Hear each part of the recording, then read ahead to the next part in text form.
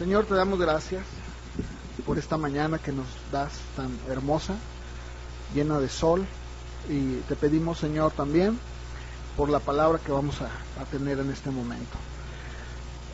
Pedimos, Señor, que el Espíritu Santo, tu Espíritu, nos ayude, nos abra el entendimiento, nos permita poder entender claramente lo que tú quieres, Señor, que aprendamos hoy. Sobre todo en este tema tan importante que es la oración. ¿Qué era lo que tú tenías en mente cuando oraste esa oración? ¿Qué es lo que realmente querías enseñarnos? Cuando tú dijiste, Padre nuestro que estás en los cielos, santificado sea tu nombre y venga tu reino. Señor, te pido que nos sigas ayudando, Padre, en el nombre de Jesús te lo pedimos. Amén. Bueno, esta es la séptima parte de esta serie que yo he titulado Los ingredientes para el crecimiento espiritual. Y estamos viendo que el tema de hoy es la oración. Ya les dije, yo compartía la semana pasada, que cuando el Señor ora y les enseña a sus discípulos que venga su reino, no significaba que su reino se estableciera en la tierra ahora o por medio de la iglesia. Y les comentaba también que es un grave error, ya que la iglesia, o al menos el Señor, nunca dejó establecido que fuera una ONG o una AC o alguna institución pues de este tipo. Él nunca vino a luchar por una buena moral, no vino para instituir una buena moral en la sociedad. Es más, si ustedes se dan cuenta, el Señor estuvo en un parámetro no muy grande en Palestina, y sin embargo nunca dice que Él viniera a establecer su reino. No lo hizo, bueno, de manera física. Pero lo que la Biblia sí nos enseña es que Jesucristo es aquel que cumple la promesa de un rey venidero, que Él estaba destinado a ser el Mesías, el ungido, que Él es la esperanza de Israel y también es la esperanza de la iglesia, la esperanza del mundo. En uno de los sueños que el profeta Daniel tuvo, me gustaría que me acompañaran a Daniel capítulo 2, por favor. Vamos a ver qué es lo que dice Daniel. Porque el profeta Daniel nos habla sobre una visión que tuvo él, uno de sus sueños más bien, de una estatua que representaba los reinos del mundo, y que esta piedra, ¿verdad?, que veía él, desmenuzaba todo lo que estaba a su alrededor. Vamos a ver en Daniel 2:34, estaba mirando hasta que una piedra fue cortada, no con mano, e hirió a la imagen en sus pies de hierro y de barro cocido y los desmenuzó. Entonces fueron desmenuzados también el hierro, el barro cocido, el bronce, la plata y el oro, y fueron como tamo de las eras del verano. Se los llevó el viento sin que de ellos quedara rastro alguno. Mas la piedra que hirió a la imagen fue hecha un gran monte que llenó toda la tierra. Fíjense, la piedra que llena toda la tierra, es bastante claro que Daniel está hablando de Cristo. Que al final de los tiempos, Cristo aplasta a los reinos de los hombres y establece el suyo. Pero estoy hablando de al final de los tiempos, no estoy hablando de ahorita, no estoy hablando de su primera venida. Cristo y su reino son inseparables. El propósito de Dios, Padre, es exaltar a Cristo en la consumación de la historia, cuando el Hijo efectivamente va a gobernar y reinar en su reino. Una de las cosas que el Talmud es un libro que los judíos han hecho a base de algunas escrituras del Antiguo Testamento, y ellos dicen en el Talmud que la oración que no menciona el reino de Dios no es oración en lo absoluto, y es muy cierto, porque ¿cuál sería entonces nuestro mayor deseo como creyentes? Bueno, pues nuestra oración y nuestro deseo es ver a Cristo reinando como Rey, teniendo el honor, la autoridad, que siempre ha sido suya, porque nunca se le ha quitado, pero que Él no ha venido a reclamar. Entonces, cuando nosotros oramos, o cuando el Señor dijo, venga tu reino, lo que Él estaba diciendo en esa oración, es que debemos de orar para que el programa de Dios se cumpla, para que Cristo venga y para que Él reine, y cuando genuinamente le decimos, Señor, queremos que tu reino venga, que tú te establezcas, lo que estamos diciendo básicamente es, Señor, Espíritu Santo, que moras en mí, toma el control de mi vida, haz lo que tú deseas para tu gloria, y que de esa manera tu reino se puede establecer. Ahora, estamos en el entendido de que definitivamente va a venir ese reino, claro que sí. La palabra que la Biblia usa en el griego para reino es basileia. Esa palabra no habla o no se refiere a un territorio geográfico. Cuando dice el reino de Dios, no está hablando de un territorio, como el día de hoy, ¿no? Digamos, algunos países que tienen todavía reyes, como el Reino Unido o como España, ellos dicen, bueno, mi reino es de la parte norte hasta el sur y también algunas islas. ¿Saben ustedes esto, no? Algunos de estos reinos que todavía, por ejemplo, el Reino Unido fue muy grande, ¿no? Tenía la India dentro de sus colonias, tenía aquí en Centroamérica, tenía Belice, luego más al sur también tenía algunas otras, todavía hasta la Patagonia se están peleando el día de hoy los argentinos por las Malvinas, que también era parte del reino de ellos. Los Estados Unidos eran sus colonias. Bueno, la Biblia cuando habla del reino, habla más bien de soberanía y de dominio. Entonces, cuando nosotros oramos y decimos, Señor, que venga tu reino, estamos diciendo, Señor, que comiences tú a gobernar, al asumir tú como gobernante, como rey, en el corazón de la gente, en mi vida, lo que tú deseas. O sea, tu reino, no el mío. Eso es bien importante, que nosotros entendamos varios aspectos que tienen que ver con esto del reino. Allí en Juan 17:14, vamos a ver qué es lo que nos dice la Biblia sobre el reino de Dios, que no es un reino que le pertenece a algún monarca terrenal, y que le pertenece al Padre que está en los cielos, como el Señor oró. Pero él dijo algo muy importante allí en Juan 17:14. Número 1, la Biblia claramente nos dice, y el Señor Jesús dijo, que aquellos que son del reino de Dios no son de este mundo. O sea, en pocas palabras, el que nosotros, como yo le decía la semana pasada, salgamos a la calle, hagamos marchas que pueden ser muy nobles, o sea, pueden ser muy válidas, ¿no? Alguien puede decir, oiga hermano, pero ¿cómo es posible que a ustedes no les interese que el calentamiento global, ¿no? Por decir un ejemplo, que no les importe el matrimonio y que no les importe salir a la calle y protestar en contra de aquello que perjudica al matrimonio y a la sociedad. No, claro que nos importa, es más, estamos nosotros a favor de todo ello.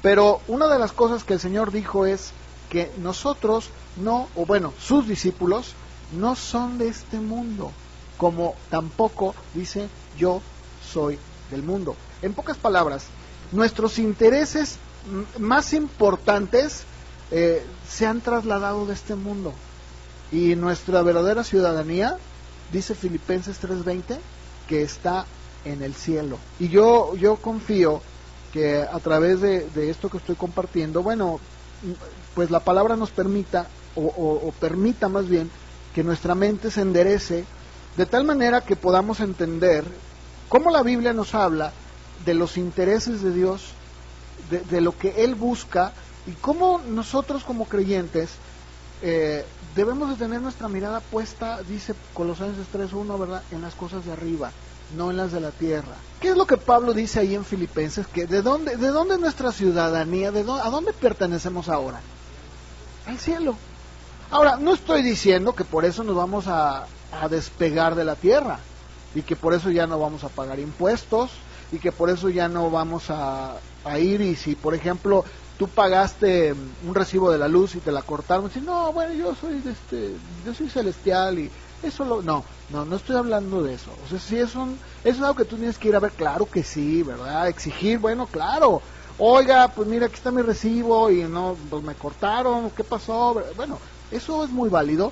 Lo que yo estoy diciendo es que no podemos pensar en que el reino de Dios lo vamos nosotros a instaurar aquí, y que entonces cada uno de nosotros vamos a tener un puesto y vamos a adquirir un nivel alto en la sociedad, y que vamos a controlar los medios, vamos a controlar la política, y vamos a controlar las artes, y vamos a... No, ese concepto no es un concepto realmente bíblico. Ahí lo leímos, que nuestra ciudadanía está en los cielos. También Primera de Pedro 1:17, voy a pedir que me acompañen. El apóstol Pedro dice: si invocan por Padre a aquel que sin acepción de personas juzga según la obra de cada uno, condúzcanse en temor todo el tiempo de su peregrinación. Cuando está hablando de peregrinación, ¿a qué se está refiriendo? ¿Qué es un peregrino? Alguien que va de paso. Ninguno de nosotros, cuando vamos, por ejemplo, a algún lugar lejano, o salimos fuera de la ciudad, y vamos viendo algún pueblo, o algún lugar bonito, puede ser que nos quedemos ahí a dormir o a comer, pero ninguno de nosotros pone su mente en quedarse a vivir ahí, porque tus intereses están en ¿dónde? Aquí, ¿verdad? Tu trabajo, tu familia, tus hijos, o sea, no te cabe en la mente decir, ay, qué bonito es Zitácuaro, no, yo aquí me quedo a vivir, ¿verdad? O sea, por muy bonito que sea Zitácuaro, tú tienes tus intereses en otro lugar, y lo disfrutas, pero nada más. Es lo mismo que dice Pedro. Dice, nosotros estamos de paso. O sea, ahorita estamos aquí, mañana ya no. En la mañana, bueno, en la clase que estábamos teniendo yo les decía, ¿por qué la gente sin Dios no le gusta hablar de la muerte?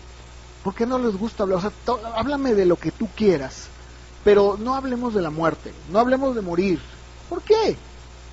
En cambio, el cristiano, el que es un verdadero hijo de Dios, habla de la muerte de una manera muy natural. Es más, la espera y sabe que va a llegar, sabe que un día va a morir. Y creo que no me equivoco al decir que si es un verdadero hijo de Dios, lo anhela. Y dice, Dios mío, eso es lo que espero.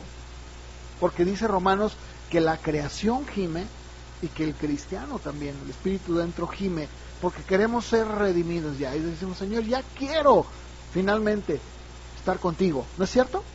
¿Verdad? Entonces, somos peregrinos.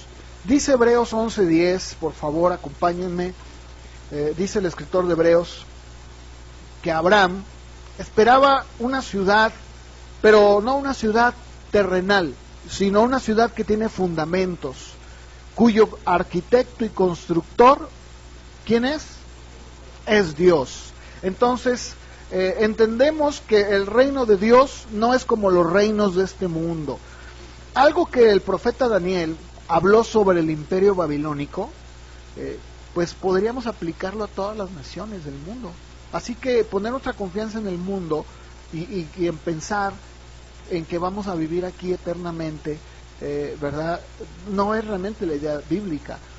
No lo busquen, pero dice Daniel 5:26, para los que lo anotan, Daniel 5:26 al 28, dice que Daniel se presenta ante el rey, el hijo de Nabucodonosor, y dice que este rey ve una mano y que pone una escritura en la pared.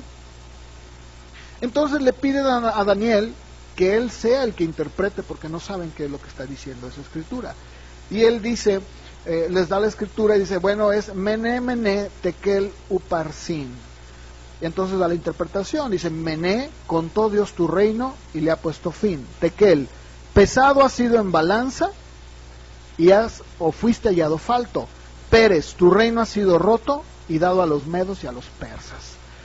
Esto que Dios le dice a este rey a través del profeta Daniel es algo que también podríamos decir de los reinos humanos, porque dígame, ¿cuántos reinos han pasado por el mundo?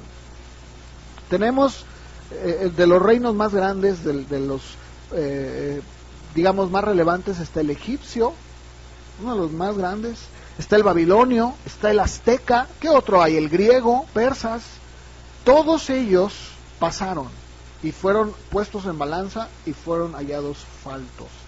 El único reino que no, como lo vimos ya la semana pasada, que jamás va a caerse, nunca va a menguar, es el reino de Dios.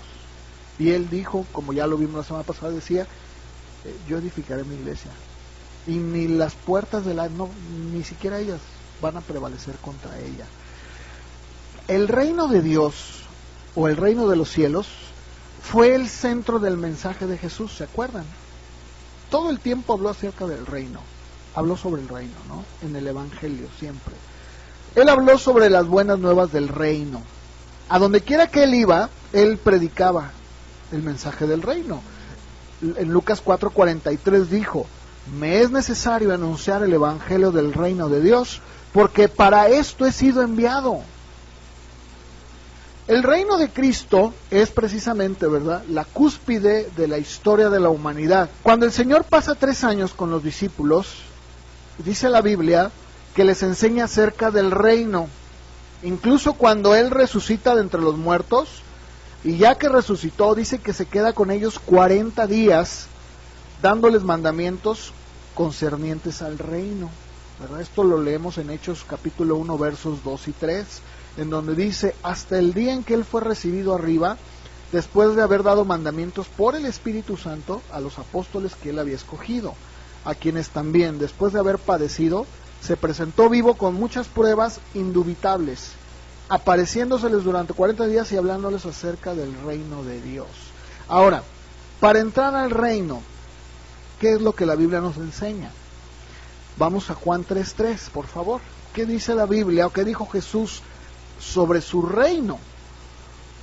Para que ustedes se den cuenta que el reino del que estamos hablando y del que habla el Señor no tiene nada que ver con lo humano, en lo absoluto, no tiene nada que ver.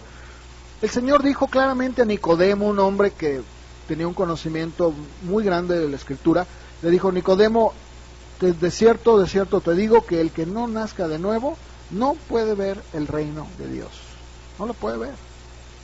Eso es algo muy importante, porque, insisto, queremos nosotros poner un reino terrenal cuando la gran mayoría de las veces muchos ni siquiera han entrado en él, ¿no? O sea, tenemos un problema muy grande porque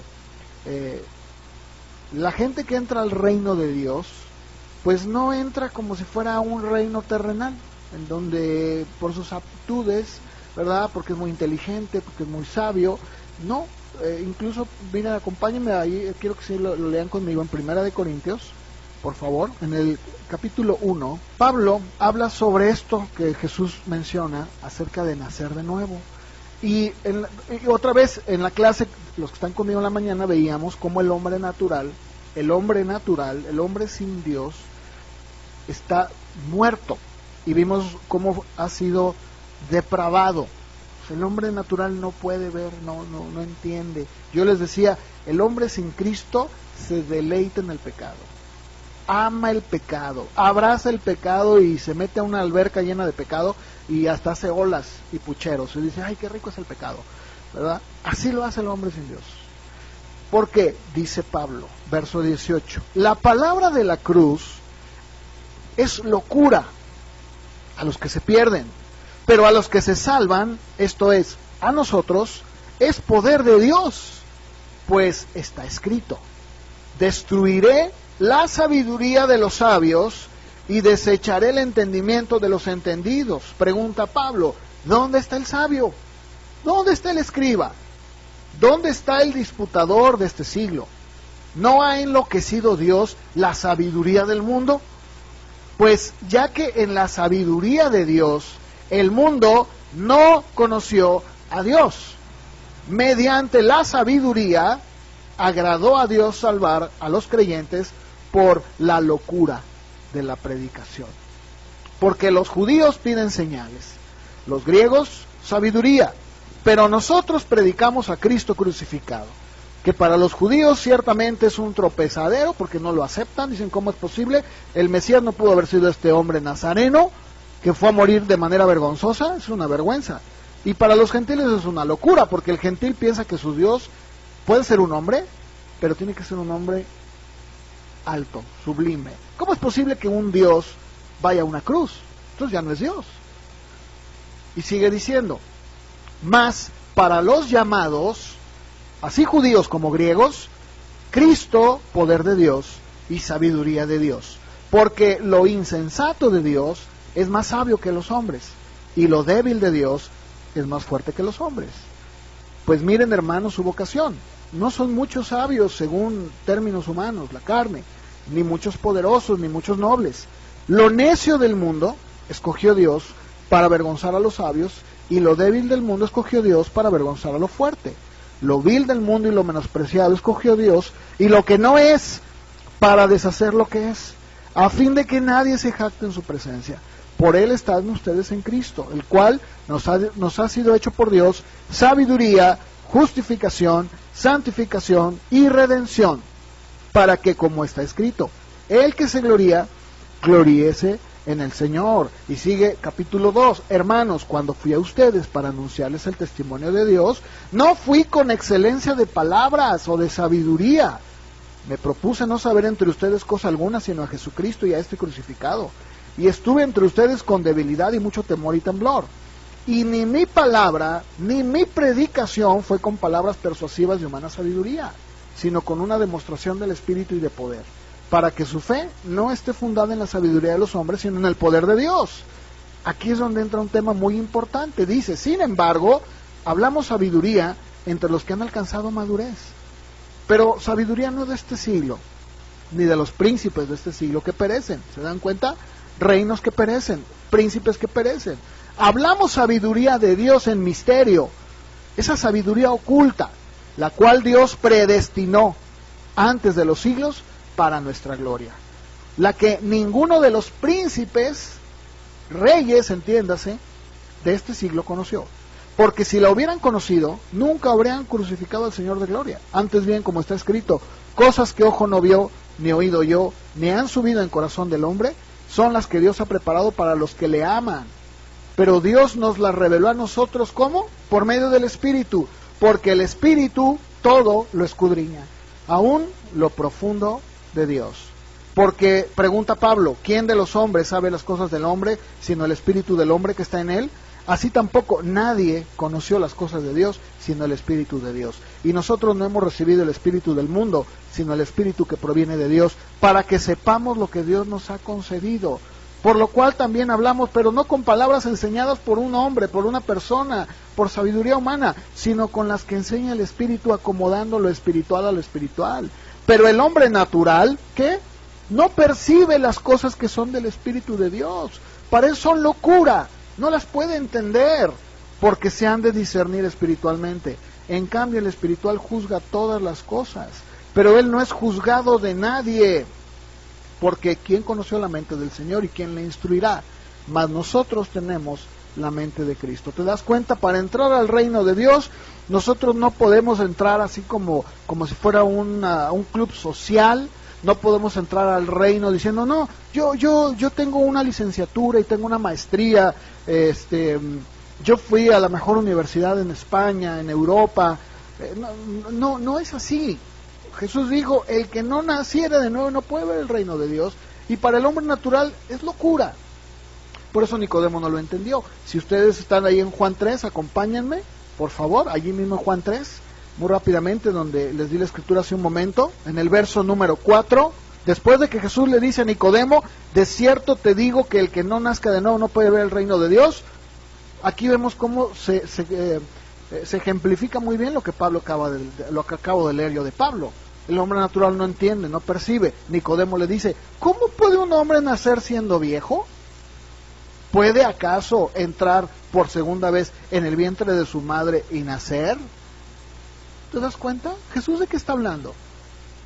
Un aspecto espiritual, netamente espiritual. Y Nicodemo dice, pero ¿cómo yo, un hombre ya tan grande, que era un hombre, no era un joven, era un hombre anciano, le dice, ¿cómo puede un hombre como yo, viejo, entrar otra vez a su mamá y salir? O sea, ¿de qué me estás hablando, Jesús?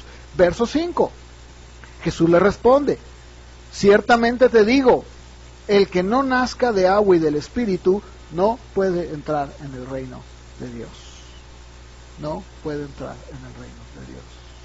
El que no nazca de agua y del Espíritu, el que no se arrepienta, el que no es traído por el Espíritu y que el Espíritu lo traiga al reino, no puede entrar. Lo que es nacido de la carne, verso 6, carne es. O sea, el nacimiento natural se da de manera natural porque un hombre y una mujer desean tener un hijo, o por la circunstancia que sea, pero ahí está, ¿no? Bueno, eso es en la carne, en el término humano, pero en el Espíritu es distinto. ¿Por qué? Porque la persona que nace del Espíritu es porque el mismo Espíritu viene a su vida, le atrae, lo regenera, lo cambia. Por eso dice, lo que nació del Espíritu es Espíritu. No te maravilles de que te dije que es necesario nacer de nuevo, verso 7. Verso 8, el viento sopla donde quiere, oye su sonido, pero ni sabes de dónde viene ni a dónde va. Así es todo el que es nacido del Espíritu. El Espíritu Santo, a cada uno de los que están aquí, lo ha traído hoy. Yo no, ¿o ustedes vinieron porque yo les ofrecí algo? No, ninguno. La Biblia es muy clara y enfática en que el Espíritu Santo, y Jesús lo dijo, nadie puede venir a mí si el Padre no lo trae. No puede ser. Entonces, hablando sobre el reino, ¿verdad? Dice, siguiendo en el tema del que estábamos tratando, número 2, ¿verdad? Decíamos, el reino es espiritual. Número 2, Mateo 6:33, se nos dice que busquemos su reino. Jesús dijo, ¿verdad? En el contexto, en el verso 25, está hablando sobre las necesidades y las preocupaciones básicas de la vida.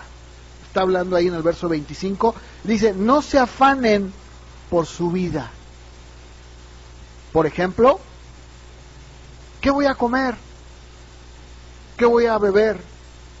Ni por su cuerpo, ¿qué voy a vestir? Ay, no tengo que ponerme, ¿verdad? Pregunta Jesús, ¿qué no es la vida más que el alimento y el cuerpo más que el vestido? Ahora, aquí es bien interesante porque la pregunta que hace Jesús es a la vez muy profunda y muy sencilla, porque dice, a ver, ¿qué es más? ¿Dar vida o dar de comer? ¿Qué es más difícil? Dar vida. Hasta el día de hoy los laboratorios tratan todavía de hacer eso y no lo han logrado. ¿Qué es más fácil? Luego, segunda pregunta, ¿qué es más? ¿El cuerpo o un vestido? O sea, estas preguntas son muy importantes porque el Señor está diciendo, a ver, tu cuerpo que está perfectamente bien constituido y hecho y que está formado por grasa, por huesos, por carne, todo lo que eres tú es muchísimo más importante, más valioso que un vestido. Entonces, ¿por qué te preocupas? El que te dio el cuerpo, el que te dio la vida, cada día respiras. ¿Cómo lo haces? Pues no lo sé, solamente sé que lo hago. Nunca estás pensando, ay, ¿por qué respiro? Y si dejara de respirar, y cómo, ay, es algo natural, ¿no es cierto?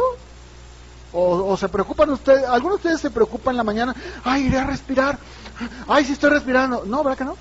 Es natural. El cuerpo, ¿te preocupas? No, ¿verdad? Tu cuerpo ahí está. Entonces dice, miren las aves del cielo. Mírenlas. A ver, ustedes ven que las aves tienen un sombrerito, un gorrito, están ahí con su tractor. Dice, no siembran, no ciegan, no recogen en granero. O sea, las aves no están preocupadas porque ya venía el invierno y como en las caricaturas, ¿no? En las caricaturas sí ponen ahí que tienen su sala y comedor. Bueno, esa es una idea que es para los niños, ¿no? Pero dice, ellas no se preocupan. Dice, y su Padre Celestial las alimenta. Pregunta, a ver, otra pregunta, ¿qué acaso no valen ustedes más que ellas? ¿Qué preguntas tan profundas y tan sencillas? Otra pregunta, verso 27, ¿quién de ustedes puede, por mucho que se afane, hacer que crezca un poco más? Digo, ahora tal vez pueden decir que si comen algún suplemento alimenticio pueden crecer un poco, ¿no? O si, bueno, yo he escuchado, no sé realmente si sea cierto, pero dicen que si juega uno básquetbol crece uno. Yo no sé en qué consiste eso, porque brincas mucho o qué, ¿te estiras? Bueno, o nadar, dicen, ¿no? Ok, sigue preguntando el Señor. Por el vestido, verso 28, ¿por qué te afanas? Otra vez, considera los lirios del campo, cómo crecen. No trabajan, no hilan, pero les digo que ni aun Salomón, con toda su gloria, se vistió como uno de ellos. Y si la hierba del campo, que hoy es y mañana la echan al horno, como estos lirios, que muy bonitos, si a ustedes mujeres les regalan un ramo de las mejores flores, las que a ustedes les gusten, pues las pueden tener ahí una semana, pueden ponerle, algunos les ponen aspirina y dicen que duran más, yo no sé, pero por mucho que se afanen, se marchitan y se tiran a la basura. Bueno, yo no sé si a alguien le gusta tener basura en su casa, ¿no? Bueno, pues es lo que está diciendo el Señor. Por muy hermosas y preciosas que lo son, al final se echan al horno. En este caso, en el tiempo bíblico, se quemaba la basura. Aquí se tira la basura, pues. Dice, si Dios las viste así, ¿no hará mucho más a ustedes, hombres de poca fe? Verso 31. No se afanen, pues, diciendo, ¿qué comeremos, qué beberemos o qué vestiremos? Porque los gentiles, los que viven sin Dios, buscan todas estas cosas, pero su Padre Celestial sabe que tienen necesidad de todas estas cosas. Él ya lo sabe. Ahora sí, verso 33. Mas buscad primeramente el reino de Dios y su justicia. Más bien. Y todo esto que acabo de mencionar, ¿qué es lo que acaba de mencionar? El vestido, la comida, todas tus necesidades serán añadidas. O sea, vendrán junto con pegado. No necesitas buscarlas. No está diciendo Jesús que no debamos de trabajar, no está diciendo que la gente, no, ya llévatelo tranquilo. No está diciendo eso. Lo que está diciendo es, lo que está poniéndole un énfasis es afanarte. Y sobre todo, déjenme decirlo así, está diciéndoselo a sus hijos. Lo que está diciendo es eso. Dice, no, los gentiles sí lo hacen. Es normal. ¿Quién de ustedes no sabe que una persona que no conoce a Dios, que no es su hijo, se afana? Ese es el pan de cada día de la gente, ¿no es cierto? La gente vive para su trabajo, vive literalmente, o sea, su vida está en el trabajo. Todo lo que gira a su alrededor depende de qué, de su dinero y de su trabajo. Sí, muy bien, dice Jesús, sí, claro, eso es cierto, pero yo no me estoy dirigiendo a ellos. Aquí lo dice en el verso 32. Porque los gentiles, o sea, los gentiles eran los que no eran parte del pueblo judío. En pocas palabras, los que no conocen, los que no saben de Dios, los que eso sí, es cierto.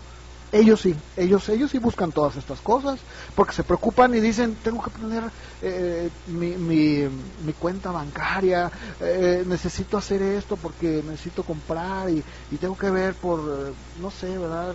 Vamos, llega un punto en el que todo lo que gira alrededor es afán. Regularmente cuando estaba leyendo que, regularmente cuando una persona va al doctor, el problema número uno que el doctor detecta es ansiedad. En México. Problemas así, de ahí se desencadenan muchísimas más, porque la gente está estresada. ¿Y por qué está estresada? Porque está afanada. ¿Y por qué está afanada? Porque está pensando, ¿y qué va a pasar? ¿Y qué vamos a hacer? Ustedes no me dejen mentir, han visto las noticias, me imagino, ¿no? O las han de ver en la noche, me imagino, en algún momento de su vida, en la mañana, algún día las han de haber visto. Y si no, háganlo, porque ustedes se van a dar cuenta que todo gira alrededor de la economía, todo. Incluso hay un espacio entre las noticias que hablan de finanzas y hablan de la bolsa de valores. Tal vez no entiendes ni yo, pero sabemos que están hablando de que, por ejemplo, Grecia es un país que ahorita está en un colapso financiero increíble.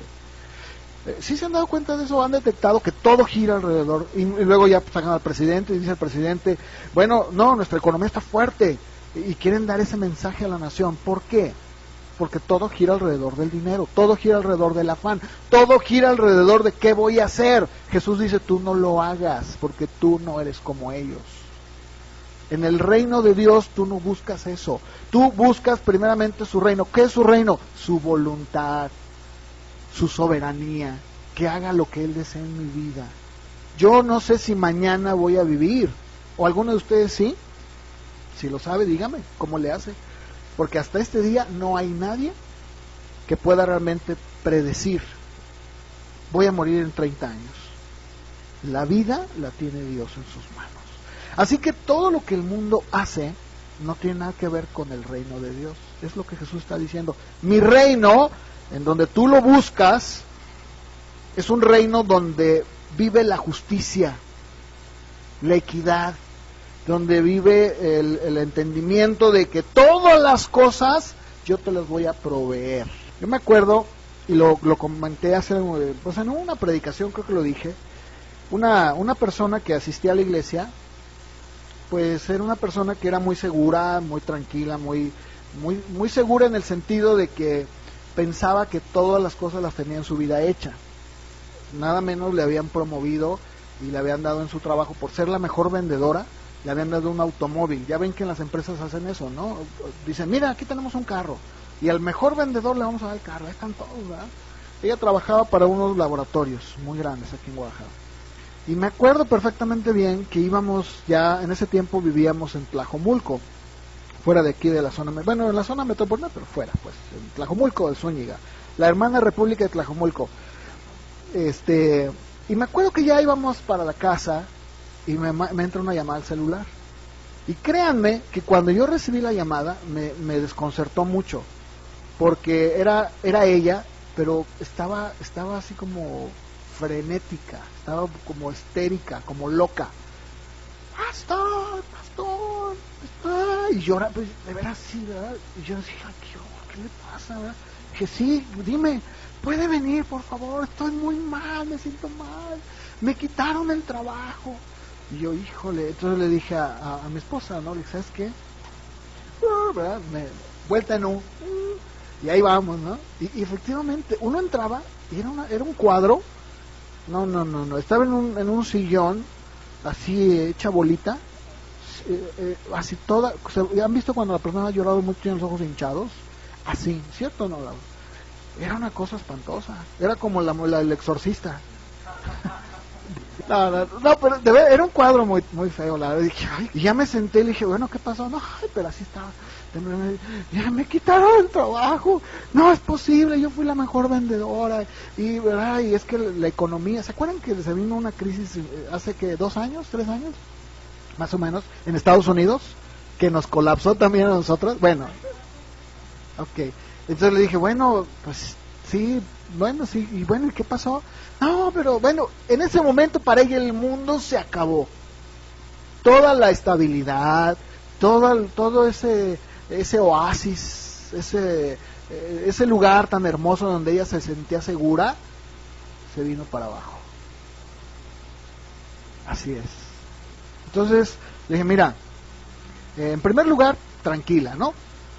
Porque no vas a resolver nada. O sea, el que tú llores y llores y llores no va a hacer que tu jefe te diga, ¿sabes qué? Pues vente, fue una broma, ¿verdad? O está bien, te voy a echar que ya sé que lloraste mucho. No, o sea, eso no va a cambiar, en primer lugar, ¿no? Primero, así como que aterrízate y date cuenta que no va a cambiar. En segundo lugar, yo te quiero hacer una pregunta. De todo esto, ¿dónde está Dios? ¿Y sabes que eso pasa? Muchas veces creemos que estamos bien seguros. No, todo está bien. ¿Por qué? ¿Porque tienes un trabajo estable? ¿Por qué? Porque ahorita estoy bien confiado. Espérame, Jesús dice, no, espérame. Eso lo hacen los gentiles. No. El rey David, cuando oró, bueno, más bien cuando finalmente ya, él no inauguró el templo, fue su hijo Salomón, pero él oró una oración muy bonita, y dentro de esa oración le dijo, Señor, todo lo que tenemos es porque tú de tu mano nos lo das, y yo solamente te estoy dando un poco de lo que tú me das. Esa es la realidad. ¿Por qué? Porque el trabajo que tú tienes es porque Dios te lo ha dado. Pero en el momento en el que Dios te diga, se acabó, aunque llores, patalees, te pongas de cabeza, ¿verdad? Y salgas a la calle y pongas una pancarta, no va a cambiar en nada. Entonces, ¿qué debes hacer? Debemos entender que lo que tenemos es porque Él de su mano benevolente nos lo da. Y que no depende de nosotros, sino de Él. Si te promueven en el trabajo, Señor, muchas gracias porque tu voluntad así lo quiso. Pero si te quitan de ahí y te ponen en otro lugar, también es porque Dios sabe. Ese es su reino. Es someterte a Él y decir, Señor, todo lo sabes tú mejor que yo. Hace un momento me gustó la canción que acabamos de cantar, que habla y dice, Señor, haz tu voluntad en mí, ¿verdad? Tu voluntad aceptaré. Eso es exactamente lo que Jesús estaba diciendo. Ahora, en el caso de esta mujer, volviendo ya para terminar, fue muy lamentable porque nunca lo entendió. No sé realmente qué pasó con ella, porque ya no la volvimos a ver, pero fue muy triste porque le dije, mira, en estos momentos es cuando verdaderamente Dios nos demuestra de qué estamos hechos. Porque yo no puedo decir que si a ti te queda el trabajo no te va a doler. Claro, pues es una mentira decir, no sentí nada. Claro que sí, sí. Pero la pregunta no es esa, la pregunta es, ¿lo vas a aceptar con resignación y entendiendo que en su voluntad Dios sabe todas las cosas? ¿O vas a patalear, vas a gritar, vas a decir, ¿por qué a mí? ¿Por qué a mí? ¿Por qué no al otro? No, a eso me estoy refiriendo. Esto es lo que Jesús enseñó. No, tú no actúes así. Y saben, déjenme decirles, porque después de esto, esta mujer, pues entró en un momento así muy tranquilo, empezó a ir a la iglesia más constante, cosa que no lo hacía, y después me dio testimonio. Fíjense cómo la gente, digo, ay Dios mío, cómo tú nos enseñas tantas cosas pero no lo entendemos. Me dijo, ¿sabe qué, pastor? Ahora que me quedé sin trabajo, he estado vendiendo, ¿cómo se llama? Avon, y he estado aplicando mascarillas de estas para el cutis, ¿cómo le llaman eso? Pues sí, ¿verdad? Aplicando. Me dice, ¿y sabe que de eso he vivido? Antes ganaba muy bien, tenía un buen sueldo, tenía mi carro y tenía toda la vida hecha. Y ahora, miren, una cosa increíble, de no tener así más que 20 pesos, me habla la gente, me dice, oye, quiero que vengas y me apliques unas mascarillas, ¿no? Y dice, ya me salen 3, 4, 5 mascarillas, dice, a 50 pesos, ya la hice en el día. Y sobre todo, ella lo dijo, dice, ahora tengo tiempo con mis hijas, porque mis hijas estaban desde las 7 de la mañana en la guardería hasta las 6, 7 de la noche. O sea, nada más las veía en la noche, cenaban y a dormir y órale. O sea, su vida era el trabajo. Y a mí me dio mucho gusto, dije, mira, qué bueno, porque ahora tienes tiempo para ellas, tienes tiempo para venir a la iglesia. Sí, pero otra vez volvió a caer en lo mismo y ya no supe qué pasó. Bueno, de eso está hablando el Señor. En el reino de Dios nosotros lo buscamos a Él, porque sabemos que Él se va a encargar de nuestra necesidad de ropa, albergue, alimento, cuando buscamos su reino. Así que el orar y decir, Señor, venga a tu reino, es decirle, Señor, haz cualquier cosa que saque adelante tu reino y que fomente tu reinado. Cuando Jesús habló del reino de Dios en la tierra, habló en 3 maneras, en un pasado, en un presente y en un futuro, ¿no? Que es el que he estado hablando yo. El primero de ellos en Mateo 8:11, vamos a leerlo muy rápidamente. Mateo 8:11 dice, y les digo que vendrán muchos del oriente y del occidente, y se sentarán con Abraham, Isaac y Jacob en el reino de los cielos. Cuando Jesús habló del reino en el pasado, habló y lo personificó el reino, estando con Abraham, Isaac y Jacob, que para el judío eran muy importantes, eran los patriarcas. Pero también cuando Él estuvo aquí, el Señor, en Lucas 17:21, búsquenlo por favor, Él también habló sobre el reino presente. Lucas 17:21 dice, no dirán, helo aquí o helo allí, porque el reino de Dios está entre ustedes. ¿A quién se estaba refiriendo? A Él mismo. De hecho, los mismos discípulos, pensaban que el reino de Cristo iba a venir de manera automática. Incluso allí mismo en Lucas, en el capítulo 19, verso 11, vamos a leer, por favor ahí búsquenlo, porque voy a leer algo de ahí. Fíjense lo que dice Lucas 19:11. ¿Lo tienen? Ok, dice, oyendo ellos estas cosas, prosiguió Jesús y dijo una parábola, por cuanto estaba cerca de Jerusalén. Esto es muy importante subrayarlo. ¿Por qué es importante? Porque Él estaba casi ya llegando a Jerusalén, donde Él sabía que iba a morir, que iba a ser encarcelado. Él lo sabía. Entonces dice que cuando ya estaba cerca de Jerusalén, dice, ellos pensaban que el reino de Dios se manifestaría inmediatamente. Los discípulos hasta este punto todavía pensaban que el reino de Dios iba a ser así como pues ya una manifestación terrenal inmediata, en donde Jesús ahora sí iba a como que salir a quitarse el ropaje de humilde, y se iba a convertir en un gran general y que iba a quitar a los soldados romanos. Y dice, no, precisamente por esto es que Él les da una parábola. Ahora, si seguimos leyendo de las 10 minas, en donde les deja muy en claro a los judíos que escuchaban y a los discípulos sobre el reino, que es muy diferente a la parábola de los talentos. que la parábola de los talentos fue dirigida a los discípulos de manera muy personal. Esta de las minas lo habla a la gente que está ahí, ¿no? Cuando Jesús narra esta parábola, la voy a leer en el verso 12, la gente que estaba alrededor entendía muy bien lo que estaba hablando. Por lo que sabemos en la historia, esta parábola que Jesús mencionó está basada en un hecho histórico real. ¿Por qué? Cuando muere Herodes el Grande, en el año 4 a.C., cuando muere este rey, deja su reino dividido entre Herodes Antipas y Herodes Felipe y Arquelao. Entonces, este reparto de reino tenía que ser ratificado por los romanos, porque acuérdense que Judea era parte del Imperio Romano. Entonces los romanos, el César, tenía que ratificar y decir, está bien que se haga así. Pero sin embargo, a Arquelao, que era el que le correspondía a Judea, no lo querían los judíos. Entonces los judíos mandan una embajada de 50 hombres para decirle a Augusto que no querían a Arquelao, si no lo queremos.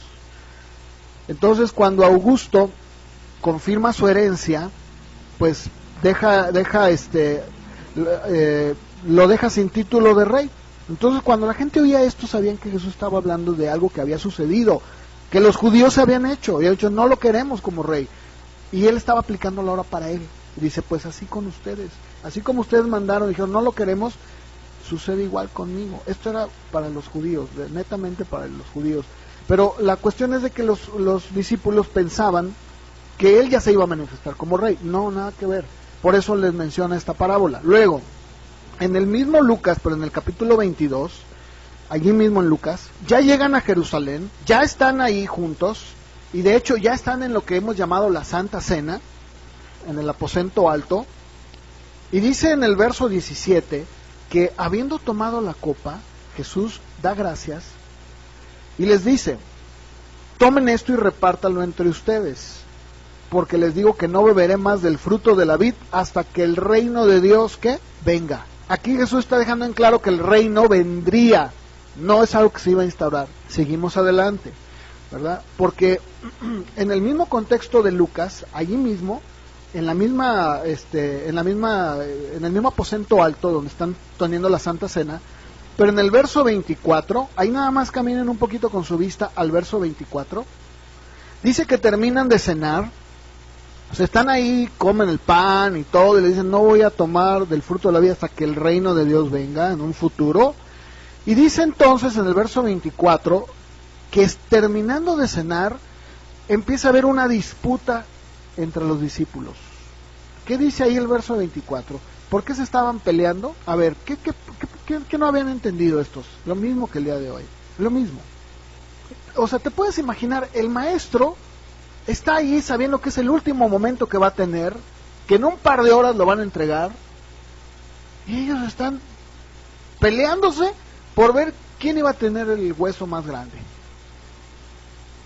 Pero vamos a seguir en la lectura, porque aquí el Señor les deja en claro cómo son las cosas en su reino, y no como ellos lo pensaban. Verso 25, Él les dijo, los reyes de las naciones se enseñorean de ellas, y los que sobre ellas tienen autoridad son llamados bienhechores. Mas no será así entre ustedes, sino que el mayor entre ustedes será como el más joven, y el que dirige como el que sirve. Porque, ¿cuál es mayor? ¿El que se sienta a la mesa o el que sirve? ¿Qué no es el que se sienta a la mesa? Pero yo estoy entre ustedes como el que sirve. Ustedes son los que han permanecido conmigo en mis pruebas. Yo pues les asigno un reino, como mi Padre me lo asignó a mí, para que coman y beban a mi mesa en mi reino y se sienten en tronos juzgando a las 12 tribus de Israel. ¿Te das cuenta? Le dicen, a ver, no han entendido nada, ¿verdad? O sea, mi reino no es de este mundo, no es de este mundo. Ahora, cualquiera de ustedes que quiera ser o tener un puesto, debe ser el menor y debe servir a los demás. Eso es cómo nos debemos de dirigir en el reino, que nada tiene que ver con el mundo. Es más, el mundo sí se dirige así. En un trabajo, el jefe es el que grita, es el que manda, es el que ordena, y es el que de ninguna manera se ensucia las manos. ¿Por qué? Porque para eso tiene gente. O en este caso el jefe inmediato, ¿o no es cierto? ¿Cuándo has visto tú que tu jefe te diga, mira, a ver, muchachos, ¿verdad? O como les diga, no sé cómo pueden decir. A ver, ¿cómo? A ver, dígame, ¿cómo puede decir alguien? ¿Cómo les dicen? ¿Compañeros? Por su nombre. Bueno, si los juntan, ¿cómo les dicen? A ver, quiero que a partir de mañana empecemos a limpiar aquí, ¿verdad? Porque está muy sucio. Yo voy a poner el ejemplo. Voy a venirme con la escoba y voy a barrer. ¿Han visto ustedes eso? Así, ¿qué le pasó? No, ¿verdad? Es más, miren, para que vean que la crisis está bien difícil, yo voy a ser el primero que voy a dar un tanto por ciento para ustedes, porque pues yo entiendo que en su casa necesitan también pan. ¿Han visto eso? Claro que no.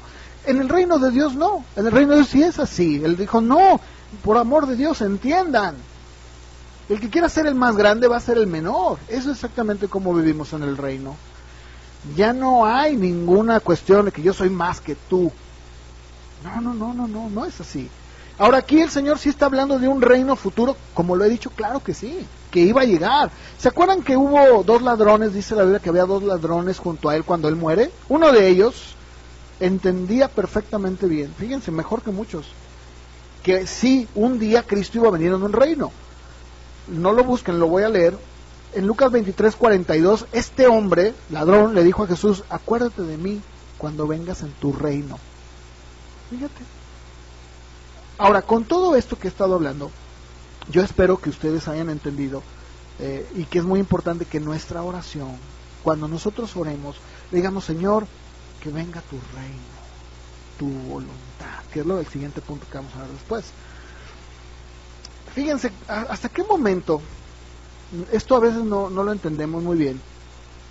Y por ahí hay algunos que todavía tratan de poner a la iglesia en un pedestal muy alto y que quieren que la iglesia también compita, que también la iglesia tenga un puesto, que también la iglesia tenga un derecho, cuando la verdad es que no es así.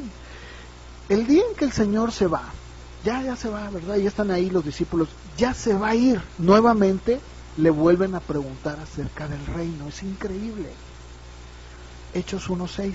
Entonces los que se habían reunido le preguntaron diciendo, Señor, ¿restaurarás el reino a Israel en este tiempo? ¿Y qué les dijo el Señor en el verso 7?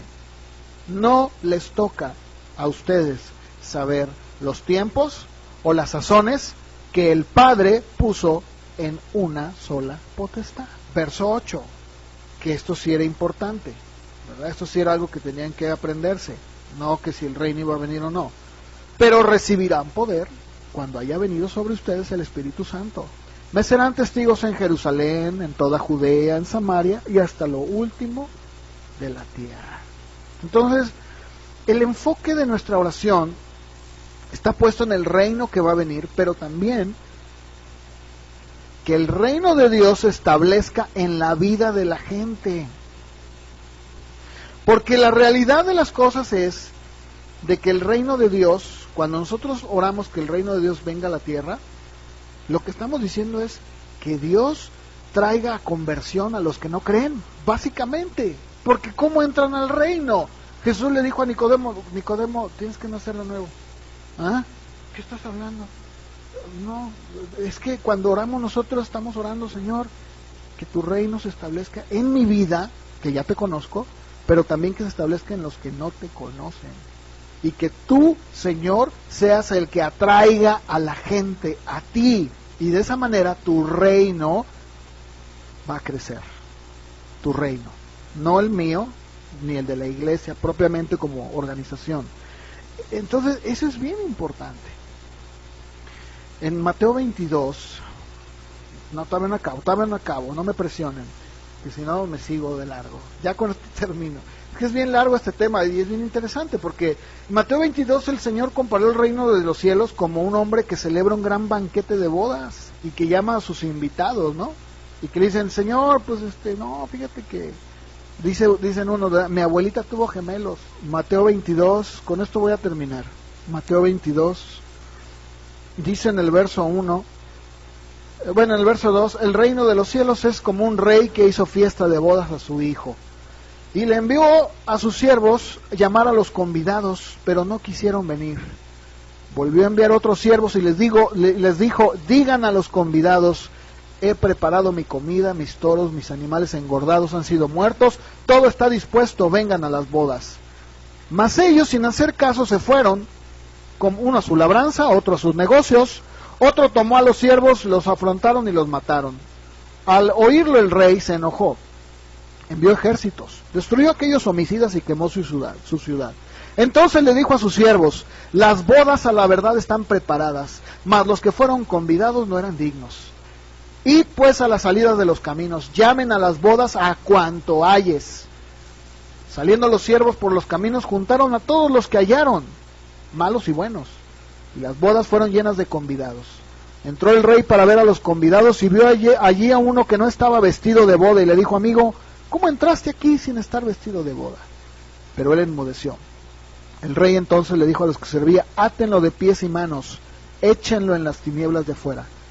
Allí será el lloro y el crujir de dientes, porque muchos son llamados, pocos escogidos. Entonces, cuando oramos decimos: Señor, que el reino de Dios venga. Sí, Señor, que tú, Jesucristo, que el Espíritu Santo atraiga, convierta a aquellos que tú de antemano sabes que van a creer, y que tu reino como consecuencia crezca. Es una invitación. Aquí está. En muchas ocasiones Jesús habló acerca del reino. Un escriba le dijo: no estás lejos del reino. ¿Por qué? Porque tenía una idea vaga, ¿verdad? Y así pasa con muchos. Pero lo que la Biblia sí nos demanda es que nosotros, lo dije, perseveremos, busquemos su reino, y que al orar digamos: Señor, que tu reino en mi vida sea una realidad, y que muchos entren a tu reino por tu Espíritu. Pero, insisto, nunca ha tenido un matiz, nunca, de instalar un reino material y físico aquí. No, un día sí lo va a tener, claro que sí. Un día la Biblia dice que finalmente, ¿verdad? En Apocalipsis 24, si quieren, con esto ahora sí les prometo que termino. 24. La Biblia nos dice en Apocalipsis que el Señor va a venir a la tierra y reinar 1000 años, sí, pero no va a ser para siempre. 1000 años y se acabó, porque la Biblia dice en Pedro que este mundo va a ser destruido. Ahora, yo con esto termino. No quiero decir, insisto, que no nos preocupemos por el planeta. Si tú tienes focos que son ahorradores, aquí no hay. Sí, hay que hacerlo. Sí, yo no digo que no. No. De hecho, Dios le dio al hombre el mundo para que lo juzgara y lo administrara. Ahora, ¿quiénes lo van a hacer si no nosotros? Pero en el entendido de que por más que yo trate de sembrar plantas en mi casa y en el techo, y que trate de ponerme playeras blancas, y que recicle la basura, lo cual no está mal, debo de entender que el reino de Dios es espiritual. Si estoy en él, excelente, estoy esperando.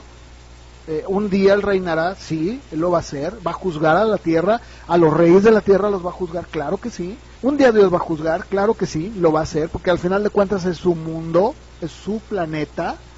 Nosotros solamente lo administramos. Sí, claro que sí. Pero nuestra oración y lo que Jesús estaba enseñando en el Padre Nuestro va más allá, como ya lo compartí. La semana que entra, si Dios nos permite, seguimos con el punto: hágase tu voluntad, que ese es otro tema bien importante. Y si se dan cuenta, toda la oración lo que trata es de apartarnos del ego, del yo, ¿no?